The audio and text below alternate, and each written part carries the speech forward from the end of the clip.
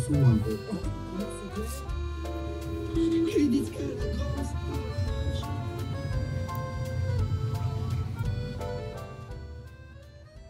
La France, c'est un rythme de vie particulier.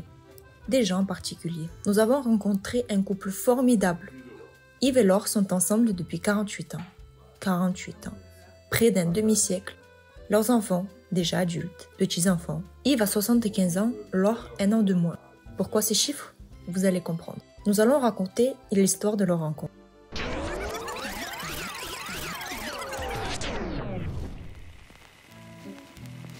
Nous avons rencontré Yves à Saint-Pétersbourg, au championnat de judo, où il a pris une part active.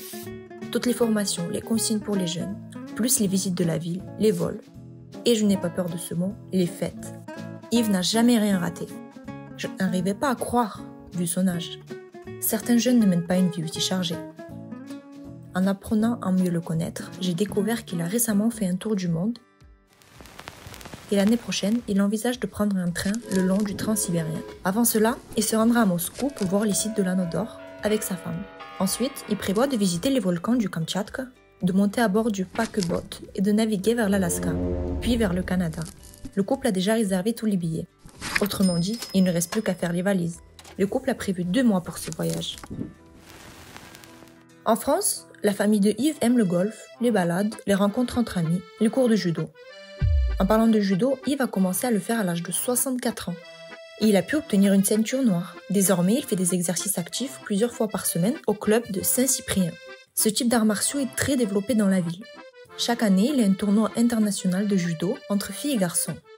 En 2019, ce tournoi a été honoré par l'Union européenne de judo et récompensé par une plaque commémorative remise par le conseiller du président de l'Union européenne de judo, Oleg Golenost. Yves, dans ce tournoi, est responsable de la direction internationale et des relations publiques. Depuis longtemps, nous avons eu l'idée de créer une chronique sur les familles où les couples vivent ensemble depuis 30 ans et plus. Et puis, un des soirs français, assis en face d'Yves, ça m'est venu à l'esprit. Eh bien, comment pouvez-vous commencer au mieux une discussion aussi importante et intéressante si ce n'est avec Yves et Laure? Une interview a été organisée en 1 minute. Comme nous avons eu un lever tôt au départ vers l'Espagne, voisine pour le prochain tournage, nous avons convenu de prendre le petit déjeuner avec la caméra le lendemain.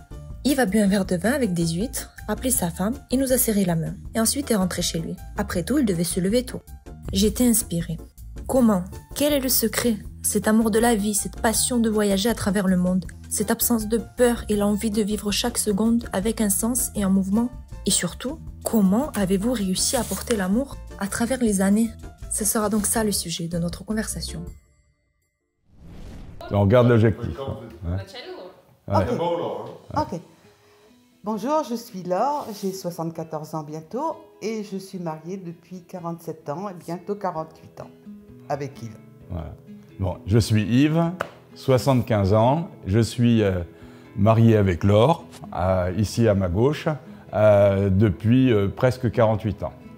On s'est rencontrés chez des amis. C'est la chose la plus banale qui puisse exister.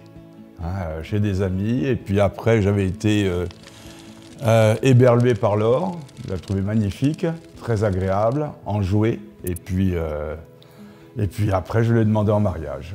Voilà, c'est tout. C'est une belle histoire d'amour. Rien. Tu vois. C'est vrai, hein. Quand j'ai rencontré Yves, j'étais étonnée de voir un homme qui ne me plaisait pas. Il m'énervait, Non, je le trouvais orgueilleux, je le trouvais suffisant, je le trouvais... Et j'ai voulu savoir ce qu'il avait dedans. Et donc, quand il m'a proposé de se revoir, j'ai accepté, et puis j'ai encore accepté, et à chaque fois, je le découvrais un peu plus, et puis voilà. Bon, il m'énerve encore, hein, mais c'est pas grave. Как считаете, в чем секрет ваших долгих отношений? Да. Ouais. Amour, bien sûr. Ouais. Respect. Concession aussi. Il faut accepter des fois... Partage. C'est un peu le code moral du judo. Le code moral du judo, c'est le respect, l'entraide, et on retrouve cela, disons, presque dans une vie de couple. Et c'est vrai que tout n'est pas rose dans une vie de couple, Il y a des hauts et des bas. Surtout lorsqu'il y a des bas, c'est là où il faut essayer de réparer et non pas réparer pour réunir l'ensemble et non pas les séparer. Et donc à ce moment-là, c'est là où on retrouve les concessions, où chacun va accepter, des fois difficilement, ce qu'on peut avoir voulu refuser à l'autre pour pouvoir permettre en définitive d'aller encore de l'avant. C'est ce qui est important, parce qu'il faut voir de même, c'est pas aujourd'hui, mais c'est voir demain, après-demain, dans notre vie de couple. Et donc, s'il y a quelque chose qui ne va pas aujourd'hui, de mon fait ou de son fait, c'est surtout essayer de positiver et de voir de quelle manière on peut construire ou améliorer, en définitive, la construction de notre vie en commun. А какие у вас общие интересы? И есть ли они вообще? Le premier intérêt commun, ce sont les enfants. Ouais. Et les petits-enfants. Et nous deux aussi. Nous deux, les enfants et les petits-enfants. C'est vrai que l'intérêt de l'autre est important. S'il n'y a pas d'intérêt, s'il n'y a pas de curiosité, parce qu'il m'étonne encore, hein, il y a ça, il y a les voyages, il y a le golf, bien entendu. Le judo, moi, non. Non, le golf, c'est le seul sport que nous pouvons pratiquer ensemble. Avant, je faisais de la voile. Laure n'aimait pas la voile. Non. Le judo, elle n'aime pas le judo. Mais le golf, au moins, c'est l'avantage, c'est que nous pouvons partager en définitive quelque chose en commun qui est un sport. Il n'y a pas que cela, disons, que l'on peut partager. Я хочу, чтобы вы открыли секрет. J'aimerais. Откуда у вас столько энергии D'où vous prenez toute cette énergie, vous puisez toute и cette так énergie. любить жизнь?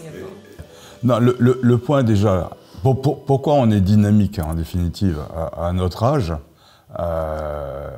c'est que, première chose, nous avons une bonne santé. Parce que malheureusement, un certain nombre de personnes de notre âge ont des pathologies qui ne sont peut-être pas les meilleures pour pouvoir voyager, faire du sport et autres. Le sport, c'est vrai, va permettre de pouvoir maintenir une bonne santé et un bon moral. Donc ça, c'est le premier point. Le deuxième point, bien entendu, c'est être toujours, ce que nous essayons de faire, être positif, ne pas être négatif, ne pas être morose. Donc pour pouvoir toujours aller de l'avant, pour pouvoir essayer de construire encore notre avenir. On sait qu'un jour un jour, nous partirons de cette terre. Mais ce que nous voulons, c'est le faire le plus tard possible, en bonne santé, ensemble. Et puis, la troisième chose, c'est vrai que nous avons l'amour de la vie. Alors, on veut vivre, on veut bien vivre, en profiter, pleinement en profiter, parce que nous savons que peut-être demain, il nous arrivera un problème, ou après-demain. Donc, tout ce que nous pouvons prendre aujourd'hui, nous le prenons. Pour moi, c'est rencontrer, connaître, apprendre, découvrir. En plus de tout ce qu'on disait, le respect, nanana. Quand on se marie, quand je me suis mariée, donc c'était déjà connaître, comprendre, etc., etc. Quand j'ai eu des enfants, ça a été la même chose. Ça a été connaître, apprendre, comprendre et découvrir. Et toute la vie, c'est ça. C'est accepter de ne rien savoir, accepter d'apprendre, accepter de comprendre, accepter de respecter et d'être respecté. Ce qui est important pour moi aussi, c'est de... Et je pense que c'est important pour Yves aussi, de garder son jardin secret. On a des moments privés, mais privés, où il ne rentre pas. Il rentre si moi j'ouvre la porte. Je rentre s'il ouvre la porte. On a besoin d'avoir des activités parfois séparées. Voilà, ça nous permet d'avoir le plaisir de se retrouver. C'est ça, c'est la découverte, le respect, la connaissance. Et il y a surtout aussi, dans un couple, il faut qu'il y ait beaucoup de tolérance. Parce que s'il y en a un qui impose tout à l'autre, ça sera peut-être difficile. Tandis que si on est tolérant pour pouvoir justement, comme disait Laure, accepter, disons, que l'un fasse certaines choses, que l'autre fasse d'autres choses, que l'un ait son petit jardin secret, un jardin secret, que l'autre ait son propre jardin secret. Si on ne l'accepte pas, c'est certain que là, le couple peut avoir des difficultés.